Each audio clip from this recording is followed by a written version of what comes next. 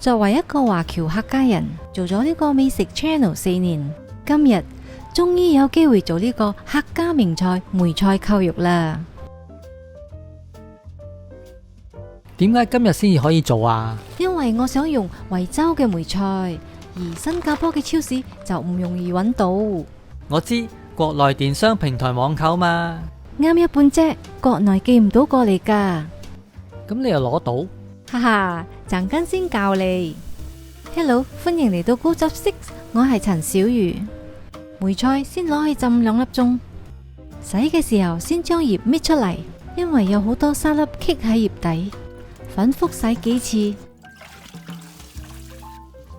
你睇咁多沙，洗到水變清為止，然後切碎。你又話國內寄唔到過嚟？等我教你啦！打開微信，喺搜索欄打極兔集運，撳極兔集運小程序，撳集運倉地址，揀新加坡或馬來西亞都得。複製地址，返到購物車，撳添加一個新地址，貼落去，記得要勾默認。你睇，咁就記得出啦。哇，咁容易啊！如果將其他網站買嘅嘢一次集運，就會更加慳啦。我哋嘅觀眾仲有8折優惠碼㗎。點攞啊？首先撳我的，然後就可以用微信登錄。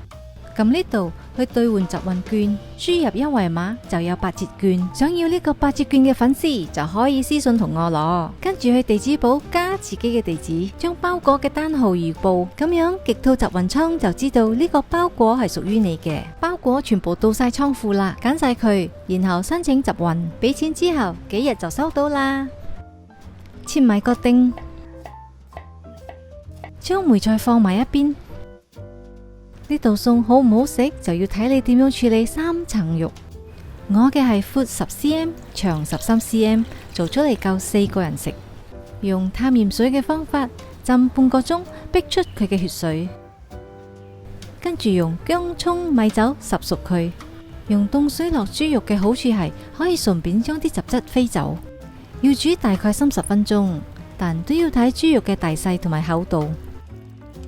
吉佢，如果有血水出嚟，就要繼續煮。如果入邊唔熟嘅話，做出嚟嘅扣肉會柴噶。再試多次，今次冇血水就可以將佢撈起啦。趁豬皮仲熱，就用豬肉針插佢，冇嘅話用叉定係竹籤都得。因為豬皮厚，插窿佢嘅豬油就能夠滲出嚟。炸嘅時候先至能夠爆皮。插嘅時候唔好插穿個肉，如果唔係，豬油就會倒流到豬肉，唔能夠幫助爆皮噶啦。抹走多餘嘅油，搽一層白醋，醋酸可以破壞豬皮入邊好緊實嘅蛋白質結構，俾佢炸嘅時候可以膨脹，咁樣炸得靚，同埋形成酥脆嘅口感。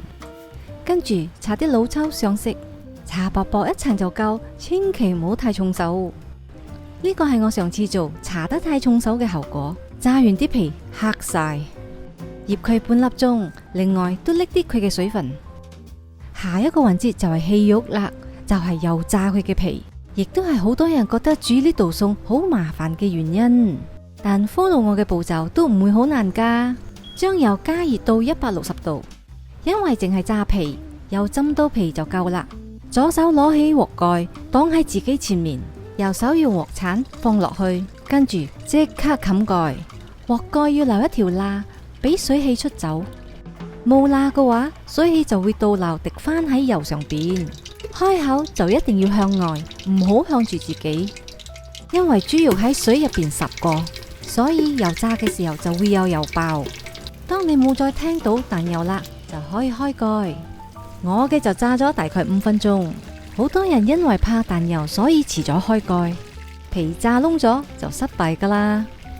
我嘅豬皮炸嘅色澤都唔錯啩。再4方8面反一下，俾佢嘅色水更靚。將佢夾出嚟，放入冰水浸佢1個鐘，令個皮軟翻。蒸嘅時候先至能夠吸個汁同埋個梅菜香。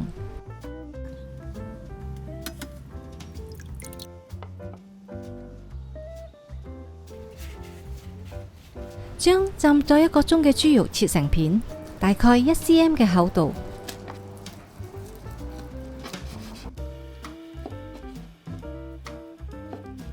而家我哋去調醃料，蠔油、生抽、老抽、紹興酒、冰糖25g 加2湯匙水，煮溶佢。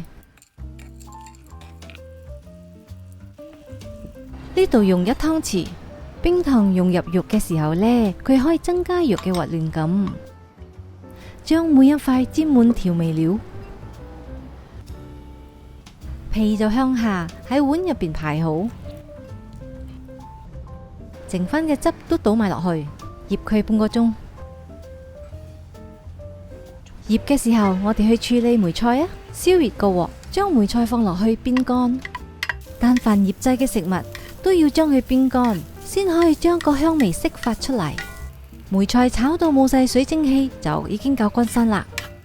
撥開一邊，放2湯匙油，炒香1湯匙薑粒同埋蒜粒。有香味啦，就放1湯匙生抽落去。聞到好香嘅豆香味，就放啲老抽上下色，灑啲紹興酒俾佢增香。仲有剩翻嘅1湯匙冰糖水，啲咁多胡椒粉，炒下佢，兜下佢，就可以放啲水落去。水倒到可以啱啱冚過梅菜，然後冚蓋煮佢10分鐘。好之前再落少少芝麻油，令佢靚啲。梅菜就搞掂，均勻咁鋪喺豬肉上邊，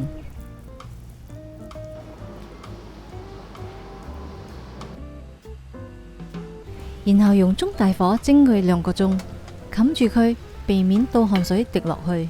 有啲酒樓為咗令豬肉入口即化，蒸到成6個鐘啊！呢個就係蒸完嘅模樣啦。哇，已經聞到陣陣嘅梅菜香。將啲汁隔走。呢道餸點解叫做扣肉？因為上菜之前會有一個將碗入邊嘅肉調轉，扣到個碟入邊嘅動作，所以就叫做扣肉。睇幾靚，又軟又滑，入口即化。準備生粉水，慢慢逐啲咁加，煮到個汁結結地就得噶啦。然後將佢淋上去，呢道客家梅菜扣肉就完成啦。